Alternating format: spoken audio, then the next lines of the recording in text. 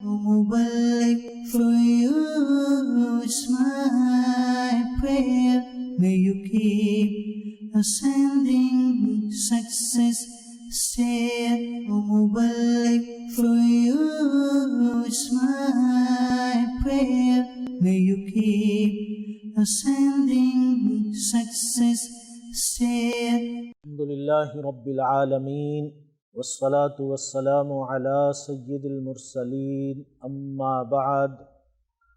Fa'a'udhu billahi minash shaytanir rajeem. Bismillahir rahmanir rahim.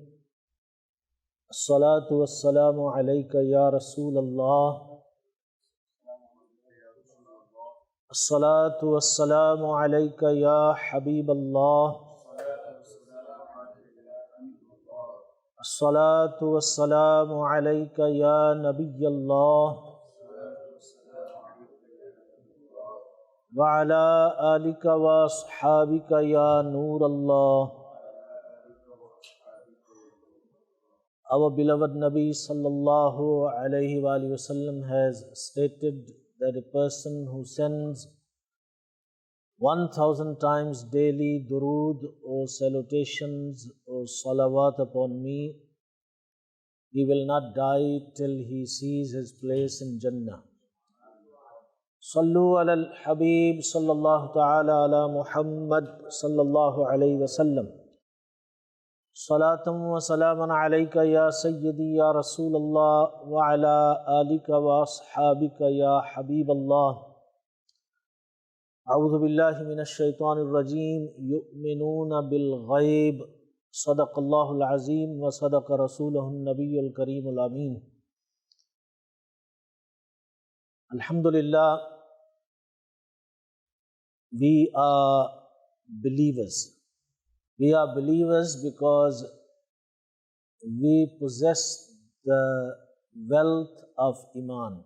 And those who possess the wealth of Iman,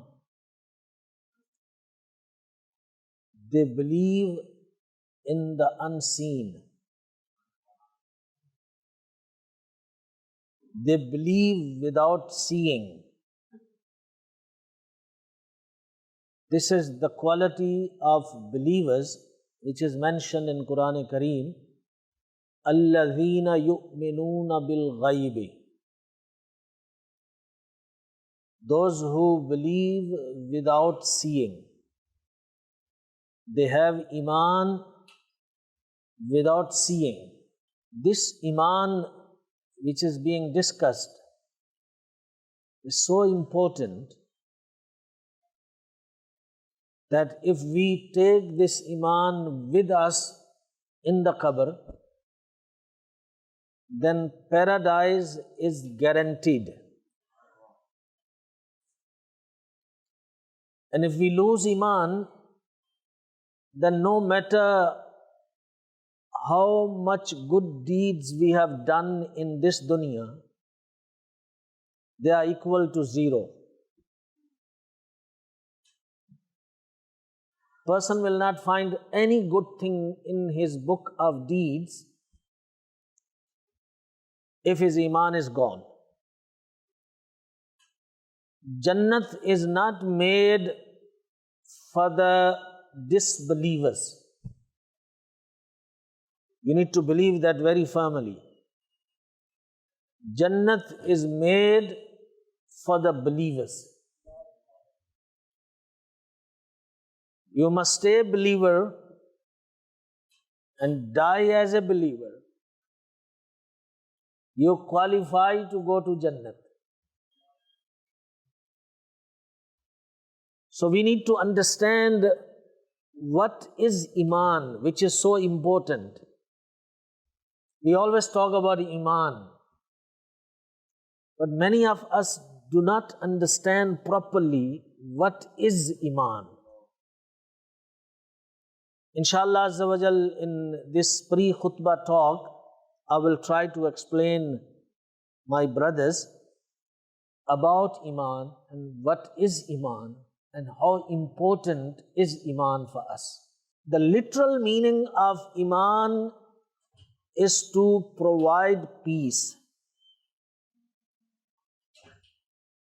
It's simple. Iman means to provide peace. How do you provide peace through Iman? By adopting the correct aqidas.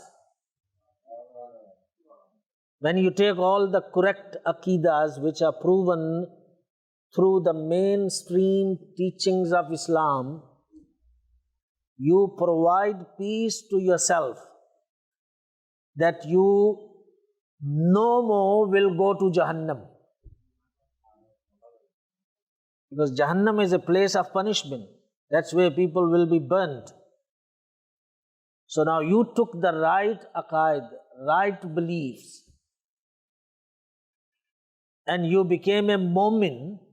By becoming a mu'min, you provided peace to yourself, so no more punishment for you. This is the meaning of mu'min. Another meaning of Iman is to be firm, to be strong and solid on something, not shaky. Why a believer is called believer? Because he is very solid on his aqaid. He never changes. You can try to buy him off, he'll say, no, I can't sell my aqidah because of your money.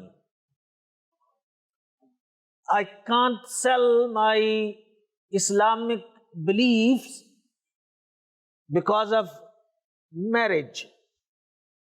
I can't sell my aqaid because of business partnership. I can't give up on my aqaid because of this favor or that favor. He's firm.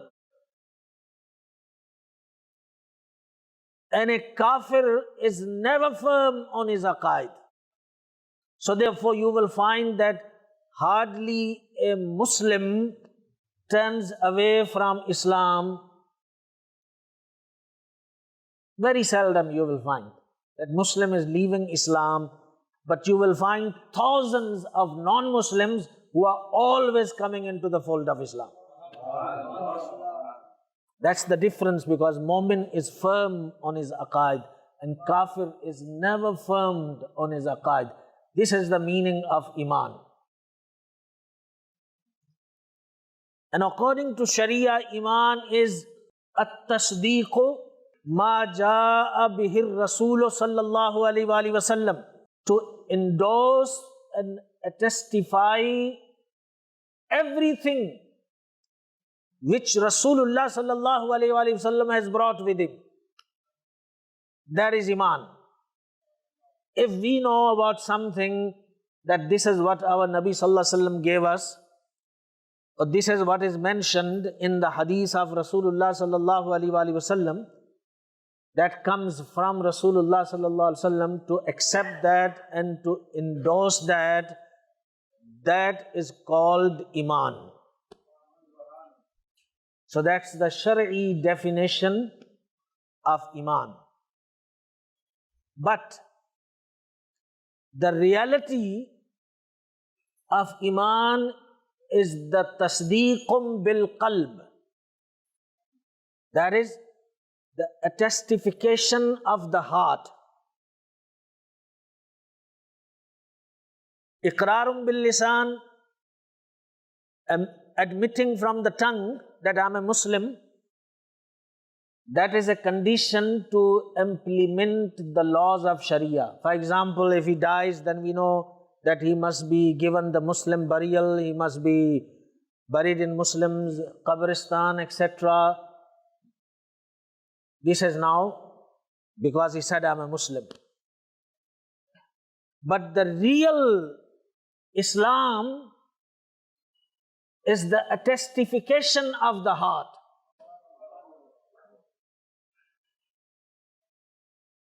If person does not have Iman, then what he has in his heart? He has kufr. where there isn't anything in between. There can be Iman or there can be Kufr. So if he doesn't have Iman, then definitely there is Kufr. And if there is Iman, then there is no Kufr. And if there is Kufr, then how you remove that Kufr?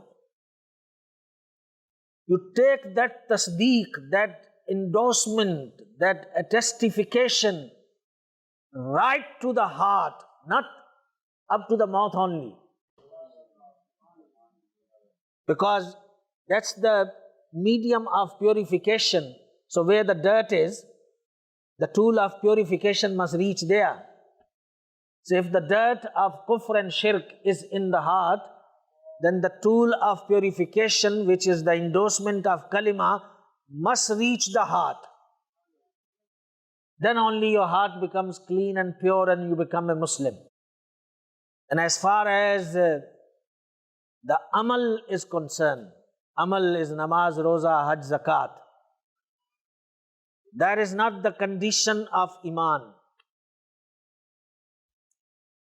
That's beneficial. A person who has Iman and he does not do the good deeds, he is like a person who planted a beautiful fruit tree, and when fruits are ready to be eaten, he is deprived of them. So you got the Iman, you got the tree, but you are unlucky that you don't have amal, you don't have namaz, you don't have zakat, you don't do the good deeds.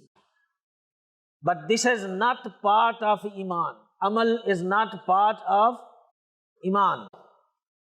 To explain you, let you give you an example that if a person is drinking alcohol,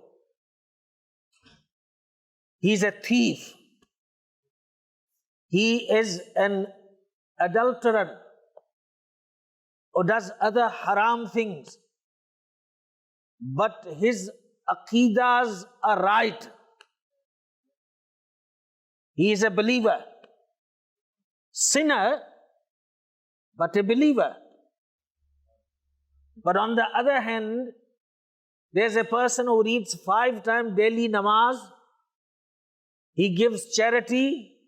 Very often he is seen in Makkah Sharif and Madina Sharif, Hajj and Umrah. He does a lot of good things, but his beliefs are corrupted. His beliefs reach to the limit of kufr. So he's not a believer. Even though the good deeds are there, but he's not a believer. So you need to separate good deeds from Iman. Iman is something else. That's the name of the tasdeeq, the endorsement, the attestification of the heart. And then you do the good deeds, then there is a reward for that. Therefore, Allah subhanahu wa ta'ala says in Quran Kareem, if the two groups of believers kill each other, killing each other of Muslims is wrong, isn't it? If Muslims kill each other, fight with each other, they're committing sin. But because of that sin, they're not regarded as kafirs. Allah subhanahu wa ta'ala still calls them in Quran Kareem, if two groups of believers fight with each other. So they're fighting but still believers. So that gives you a clear message that sin does not take the Iman away. But the wrong Aqeedah will take the Iman away. Therefore, it is so important to worry about Aqaid. These days, people are least worried about Aqaid, but they're very worried about the deeds. That's why the great ulama, you will see, they're always emphasizing on Aqaid.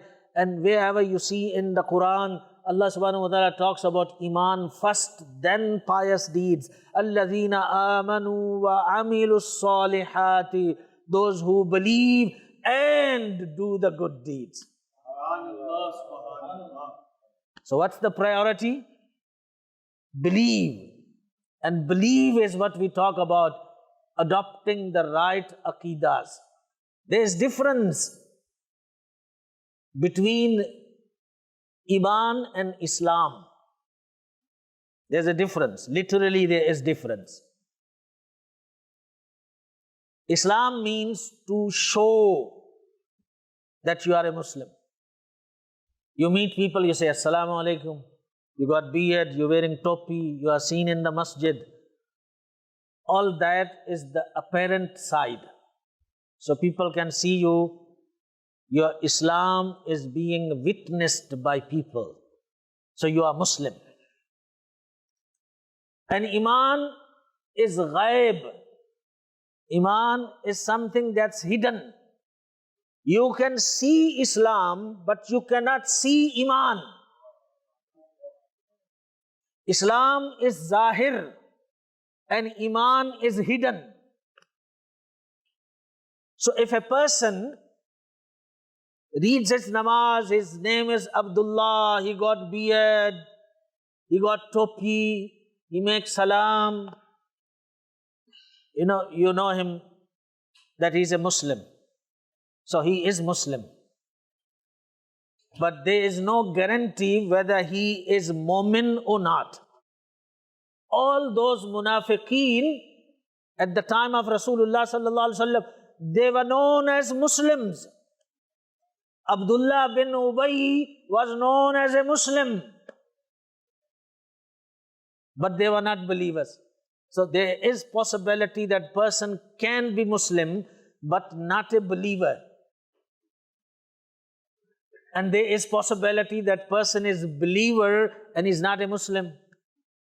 For example, he accepted Islam with his heart, but had no time to show Islam. Or because of some fears, he was unable to show his Islam. So he's a believer because his heart accepted. But he would not be regarded apparently as Muslim because there is no evidence of his Islam. But a person who's believer is a Muslim and he's a sinner. He's called Fasiq. And there's a person who believes and he's Muslim and he performs the good deeds and he's called Muttaqi, and Muttaqi is the Wali of Allah. So every Muttaqi is Wali of Allah. So don't look a Wali of Allah in some special kind of clothes or some special kind of rings or long hair or coming from this city of India or that city of Pakistan or from that city of Arabia. No, that's not the criteria of wilayat. The wilayat which Allah subhanahu wa ta'ala explained us, the criteria and the standard, that is Alladhina amanu wa kanu yattaqoon. There is no other definition. Awliya Allah are those people who are believers. And I explain you, believers are those people who have adopted the correct beliefs. And if they have adopted beliefs which are contrary to the mainstream aqaid of Ahlus Sunnah wal Jama'ah, they can claim to be the ghaus of the time, but they are still liars.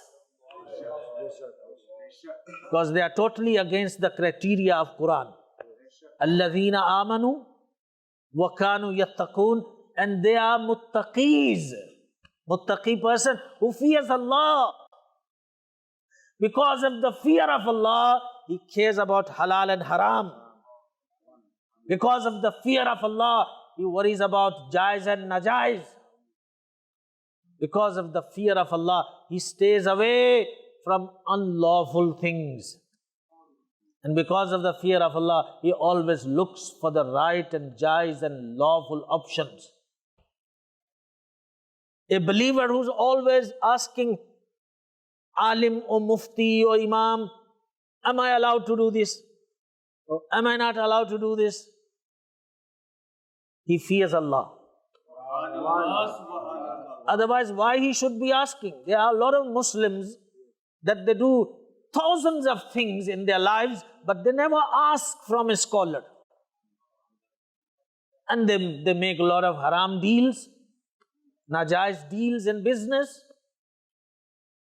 They never worry about consulting any scholar. Do they fear Allah? Do they worry about their rizq is going to be halal or their rizq is going to be haram?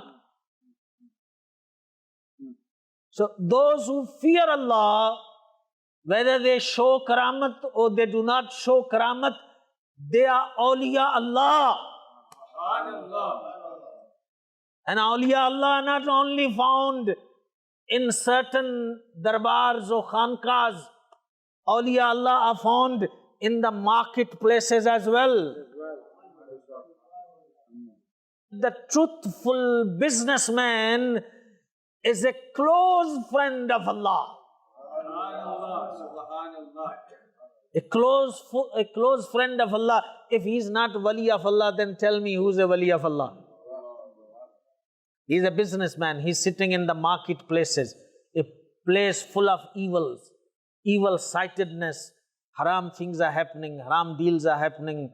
On the name of window shopping, people go for evil-sightedness. So many sins are happening. Riba-based businesses are happening. Filthy place. But his excellence is that he was clean before going into the filthy place, and he comes out clean from that filthy place. He never lies when he does business. He never cheats when he does business. He never falsely praises his product when he does business. He never gives wrong guarantees to people when he does business.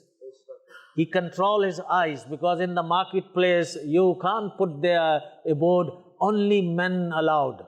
Women will also come. They'll come with fashionable clothes.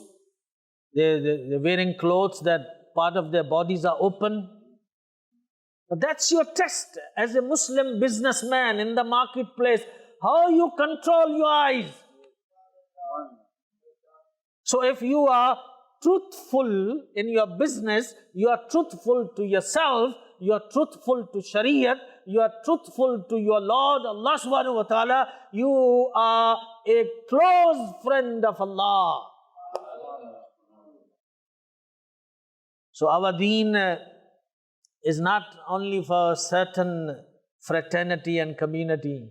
Our deen has equal opportunities for everyone. Alhamdulillah, we are believers and we must look after this very, very important asset and treasure. Iman is the most valuable treasure that we possess. And where there is treasure, there are always thieves around it. They are always plotting and planning, and whichever chance they will get, they'll steal it away. It's more important than your gold and silver and Krugerrand and your dollars and your pounds and your rands. For that you have a very heavy safe of maybe 500 kilos of iron piece that people can't come and carry, because you got your money there. You got electric fences around it, you got security company, you got alarm system, you got panic buttons, you got this and that, because my money is lying there. What about the security of the most important treasure that you have? That is the Iman. And for the security of that Iman which you have, let me introduce to you a security company. Contract yourself with that security company, and that is the teaching of our Imam Ahmad Raza Khan, Fazil Barelvi Nabbarallahu Markadahu. That's the security company that would help you. Jazakumullah wa ma alayna illa al-balaghul mubin. Mubarak for you is my prayer. May you keep ascending success. Stay, O Mubarak, for you is my prayer. May you keep ascending success. Stay,